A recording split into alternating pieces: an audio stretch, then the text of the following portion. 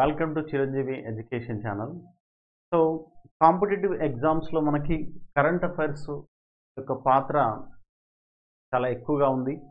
మనకి గ్రూప్ 1 స్థాయి నుంచి గ్రూప్ 4 స్థాయి వరకు ఉన్న ఎగ్జామ్స్లో గమనించినట్లయితే మనకి కరెంట్ అఫైర్స్ అనేవి 25 నుంచి 30 మార్కుల వరకు వెయిటేజ్ ఉంది. కాబట్టి సో ఇంకొకటి ఏంటంటే మనకి జాబ్ను డిసైడ్ చేసే ఏరియా ఏంటంటే జనరల్ స్టడీస్. కాబట్టి జనరల్ స్టడీస్లో భాగంగా మనకి మెయిన్ రోల్గా ఉన్న కరెంట్ అఫైర్స్ ఏదైతే ఉందో ఈ కరెంట్ అఫైర్స్ గల స్కోర్ ఎక్కువ చేసినట్టయితే మనం ఈజీగా మనం అనుకున్న లక్ష్యానికి చేరువవుతాం. సో దాంట్లో భాగంగా మనం ఈ కరెంట్ అఫైర్స్ని డైలీగా మనం తీసుకొస్తున్నాం.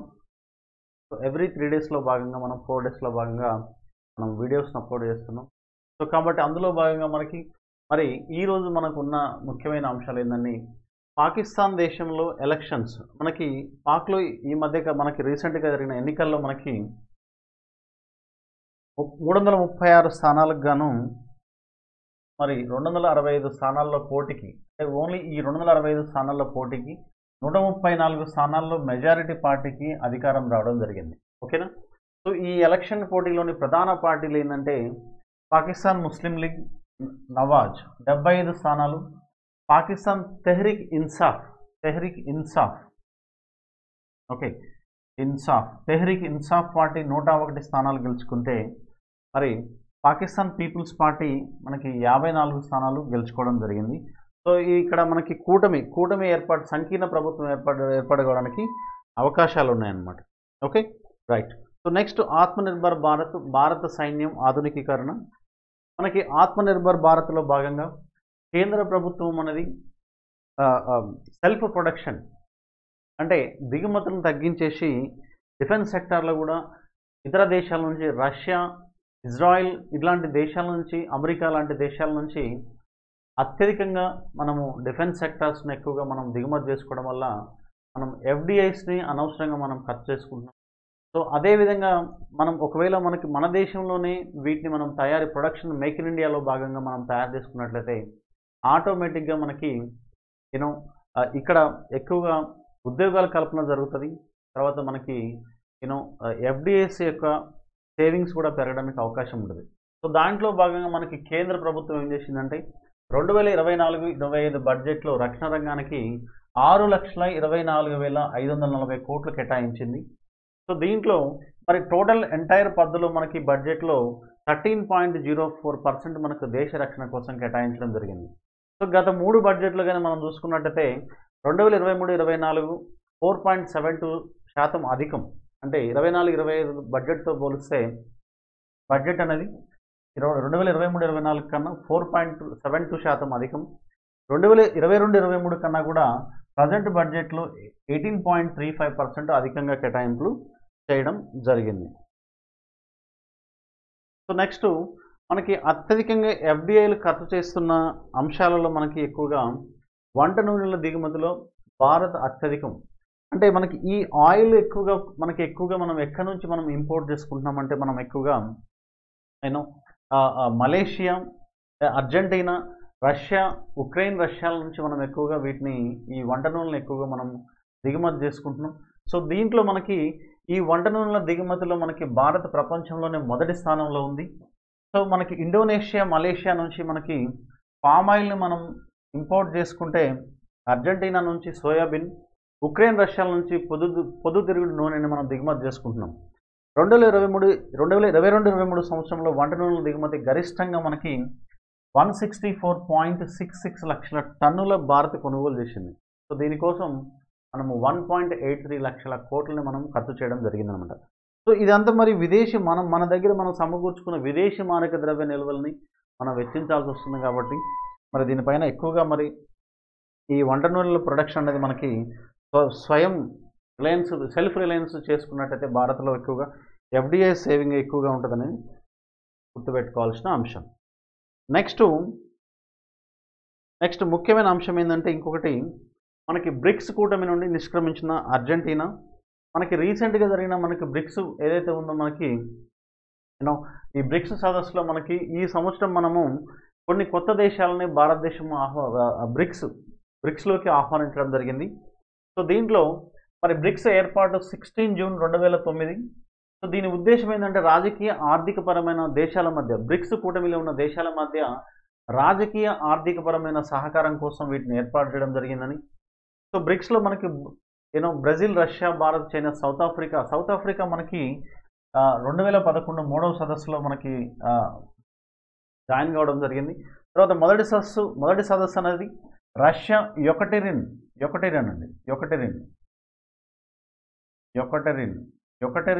బర్గ్లో స్టార్ట్ చేసిరు.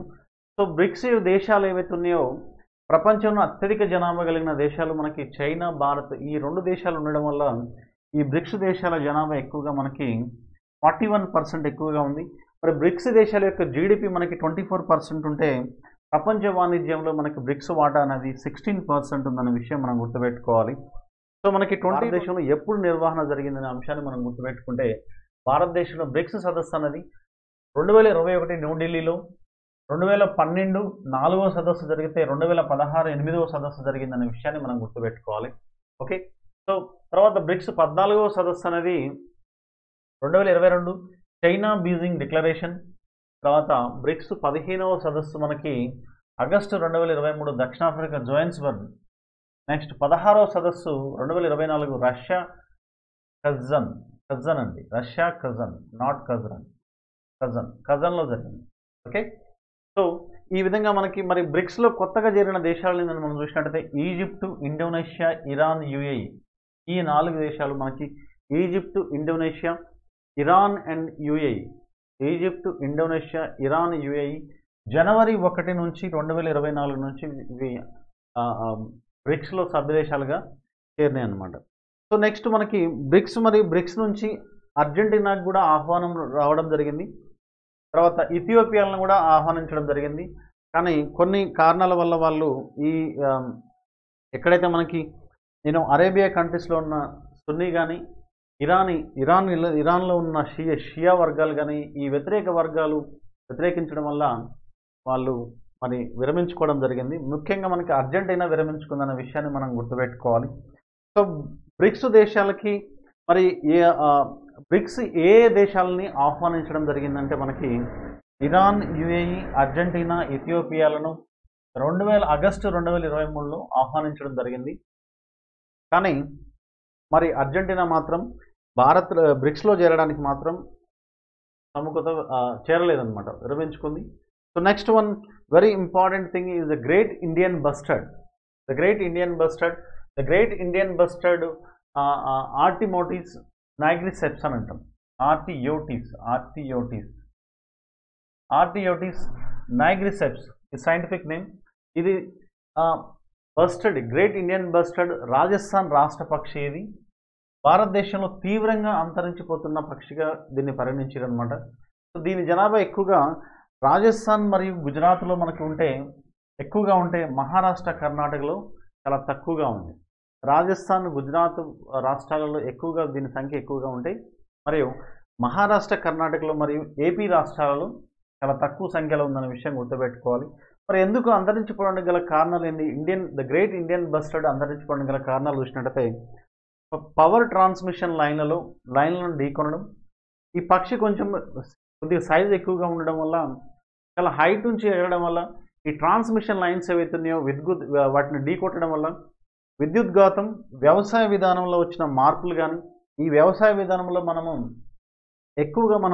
ఈ పెస్టిసైడ్స్ని ఎక్కువగా యూజ్ చేయడం కానీ, వేటాడడం, హంటింగ్ చేయడం, పొలాల్లో విపరీతమైన క్రిమి సంహారక మందులను వాడకం వల్ల వీటి యొక్క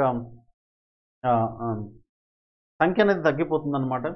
సో IUCN రెడ్ లిస్టు దీన్ని తీవ్రంగా అంతరించిపోతున్న జాబితాలో దీన్ని ప్రకటించడం జరిగింది. IUCN రెడ్ లిస్టులో దీన్ని ప్రకటించారు. దీన్ని తీవ్రంగా అంతరించిపోతున్న జాబితాలోకి చేర్చడం జరిగింది. ఓకే. దీన్ని convention on migratory species appendix 1లో వన్యప్రాణుల రక్షణ చట్టం 1972 షెడ్యూల్ 1లో దీన్ని ప్రకటించడం జరిగింది. ది గ్రేట్ ఇండియన్ బస్టర్డ్ని రక్షించడానికి తీసుకున్న చర్యలు ఏంటిదనేది మనం ఇప్పుడు గమనించినట్లయితే మరి ఏమేమి చర్యలు తీసుకోవాలి దీన్ని రక్షించడానికి? ద గ్రేట్ ఇండియన్ బస్టర్డ్ని రక్షించడానికి తీసుకోవాల్సిన చర్యలు ఏంటంటే జాతుల పునరుద్ధరణ కార్యక్రమం, జాతుల పునరుద్ధరణ, దాన్ని స్పీసీస్ రికవరీ ప్రోగ్రామ్ అని అంటాం. ఓకే, దీన్ని ఎవరు కండక్ట్ చేస్తారంటే భారత్లో MOEFCC, ministry of environment and forest and climate change. So ఈ MOEFCC చేపట్టిన వన్యప్రాణుల నివాసాల సమగ్ర అభివృద్ధి కింద జాతుల పునరుద్ధరణ కార్యక్రమం అనేది చేపట్టడం జరిగింది. ఖతార్ జైల్లో మగ్గుతున్న నౌకాదళ మాజీ అధికారులు విడుదల. వీరికి ఖతార్ కంట్రీ అనేది వీరికి ఈ మధ్యకాలంలో మరణశిక్ష విధించడం జరిగింది. తర్వాత జీవితకాల శిక్షగా దాన్ని తగ్గించడం జరిగింది. మరియు భారత ప్రభుత్వం మరి విదేశీ మంత్రిత్వ శాఖ చొరవతోటి కంప్లీట్గా మరి వీళ్ళని విడుదల చేయడం జరిగింది. ఖతార్లోని